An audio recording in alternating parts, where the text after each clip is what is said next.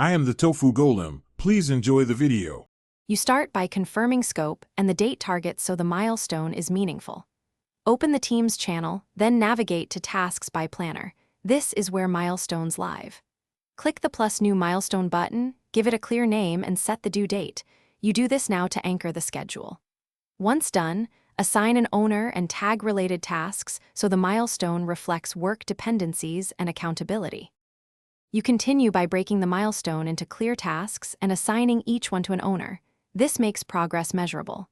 Then link dependent tasks and set priorities so sequencing is enforced. Make sure to add estimated effort to balance load.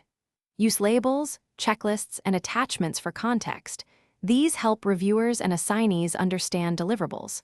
Once tasks are linked, enable notifications and set a reminder cadence so everyone knows upcoming commitments. You finish by monitoring progress using charts and status updates. This shows % complete and bottlenecks. Mark tasks complete as work finishes, update the milestone % done, and publish a brief status note in the channel to keep stakeholders aligned. If something blocks progress, pause and reassign ownership or adjust dates.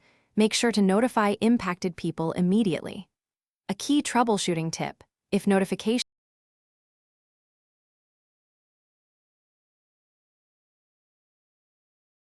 Thanks for watching. Consider subscribing if we helped you today.